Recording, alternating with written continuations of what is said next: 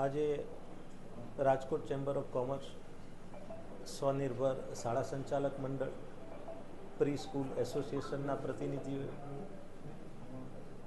એક સાથે આવી અને એક આવેદનપત્ર આપ્યું છે.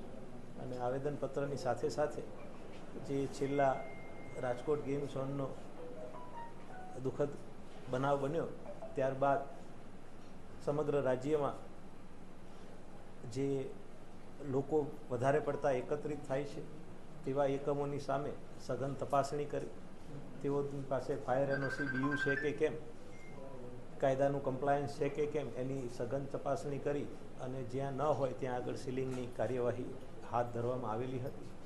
એમાં મને એ જણાવતા ખૂબ સારું લાગે છે કે એસોસિએશને પણ એ લોકો કાયદાની જે જોગવાઈઓનું પાલન કરવાનું થાય છે એમાં પાલન કરવા માટે એ લોકોએ પણ હકારાત્મક એટીટ્યૂડ બતાવેલો છે.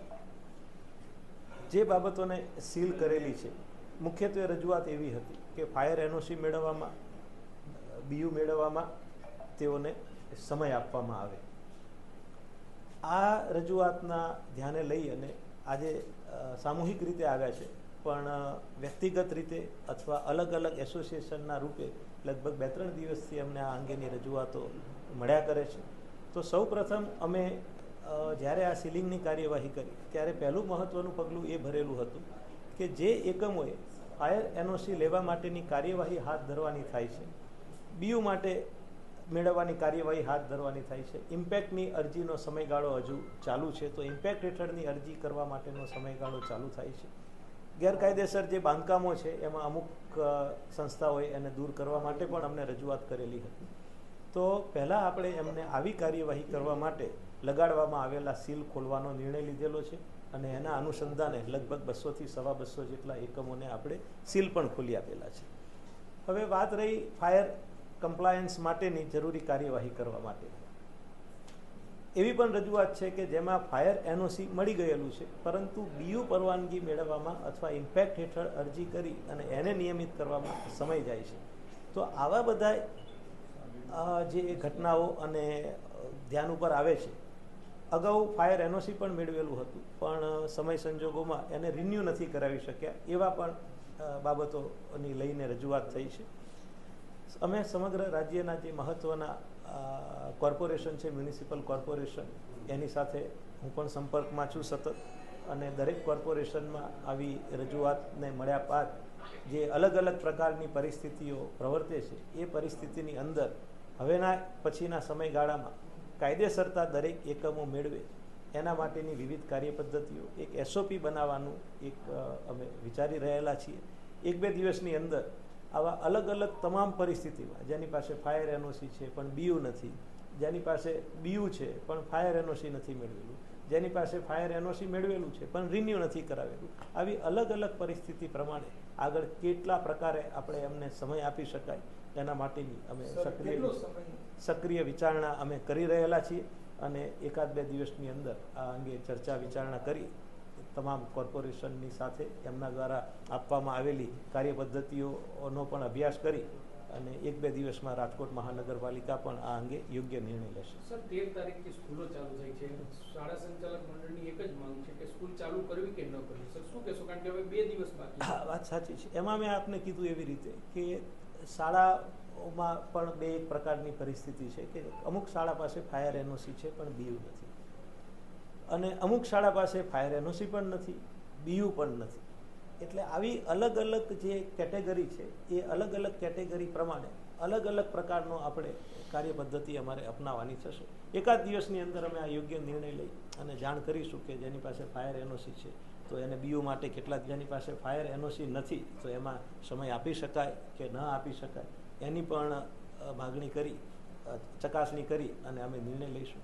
બીજું એક અમે એ નક્કી કરેલું છે કે જે ફાયર એનઓસી માટે શાળાઓ અરજી કરે છે તો એનો અમે અગ્રતાના ધોરણે તપાસણી કરી અને જો તમામ પ્રકારના સાધનો લગાડવામાં આવેલા હશે તો અમે કોઈ પણ જાતનો વિલંબ કર્યા વગર એ શાળાને ફાયર એનઓસી આપી દઈશું અને ફાયર એનઓસી મળ્યા પછી શાળાઓને ખોલવા માટેની કાર્યવાહી હાથ ધરવામાં આવશે. સ્કૂલનો સર શું નિયમ છે જીડીસીઆર માટે કે એ લોકો ગઈકાલથી મીડિયા સમક્ષ આવી રહ્યા છે અને પોતાની રીતે અમુક વાતો કરી રહ્યા છે? પ્રી સ્કૂલ માટેનું રાજ્ય સરકારે જ્યાં શિક્ષણને લાગુ વળગે છે ત્યાં સુધી એક રજિસ્ટ્રેશન માટેની પણ જોગવાઈ કરી છે.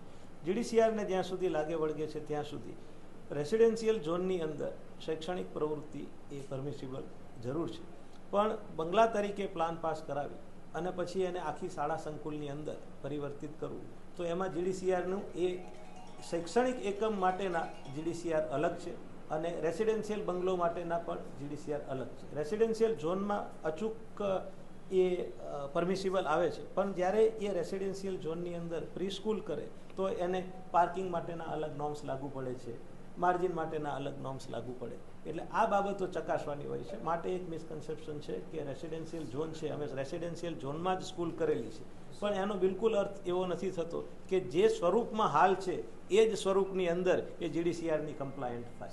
એટલે અમારે દરેકે દરેક આવી પ્રી સ્કૂલ જે છે એની વ્યક્તિગત રીતે ચકાસણી કરવી પડે અને વ્યક્તિગત રીતે કેવા પ્રકારનું હાલ બાંધકામ ધરાયેલું છે. બીજું એ પણ બાબતો ધ્યાને આવેલી છે પ્રી સ્કૂલની અંદર કે જે મંજૂર થયેલું બાંધકામ હોય એ મંજૂર થયેલા બાંધકામની અંદર પણ ફેરફારો થઈ અને પ્રી સ્કૂલનું કાર્ય કરવામાં આવતું હતું.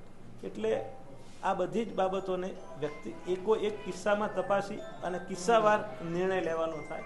આમાં એક કોઈ જનરલાઇઝ નિર્ણય ન લઈ શકાય, કારણ કે દરેક એકમો માટે પરિસ્થિતિ અલગ અલગ છે. સર, તક્ષશિલા કાંડ ત્યારે પણ આ શાળા કોલેજો જે ક્લાસીસ છે ત્યાં બધે ફાયરની તપાસ થઈ જ હતી સર રાજકોટ. તેમ છતાં અત્યારે જે 100 થી વધારે સ્કૂલોમાં આ નિયમોનું પાલન નથી થયું. એટલે આ વખતે પણ કડક કાર્યવાહી થશે કે, કારણ કે દર વખતે શાળા સંચાલક બાહેધરી લઈ અને પછી કોઈ કાર્યવાહી પછી કઈ કરતા નથી, કોઈને કોર્પોરેશન જોવા નથી જતું. સર, એમાં એક બીજો સવાલ છે કે જે ડોમ છે એ આજે પણ એમનેમ છે. આની પહેલા પણ તમારા પહેલાના જે કમિશનરો છે એમને પણ તાકીદ કરેલી છે. જે ડોમ છે એ આજે પણ 50 જેટલી સ્કૂલો છે એની અંદર એમનેમ જોવા મળે છે, કોઈ ઉતાર્યા નથી. એક બાજુ આપ કડક કાર્યવાહીની વાત કરો છો અને બીજી બાજુ જે રજૂઆત કરેલી છે કે એમાં સમય આપવાની વાત કરો છો. બંને બાબતો કાર્યવાહી નિયમ અનુસારની કાર્યવાહી થશે. 2 દિવસ છે વેકેશન ખુલવાનું. અમે એસઓપી લઈ અને આવીશું 2 દિવસ. અમારો તો મુદ્દો એ છે સર કે નિયમો તક્ષશિલા વખતે પણ આ તમામ લોકો બાહેધરી આપી હતી ને કોર્પોરેશને મોટું મન રાખીને એને ખોલી દેવામાં આવ્યા હતા. તો પછી કોર્પોરેશનની જવાબદારી છે ને સર કે પાછું રીચેકિંગ કરવામાં આવે. બિલકુલ. એટલે એ જે બાહેધરી આપ્યા પછી બાહેધરી મુજબનો અમલ થાય છે કે કેમ એ ચોક્કસ આ વખતે કોર્પોરેશનની ચકાસણી કરશે અને નિયમ અનુસાર એટલે બંને જીડીસીઆર અને ફાયરના કાયદાનું કમ્પ્લાયન્સ હશે ત્યારબાદ જ એને કાયમી રીતે વપરાશ કરવા દેવા માટે આપણે નિયમ લઈશું. જ્યારે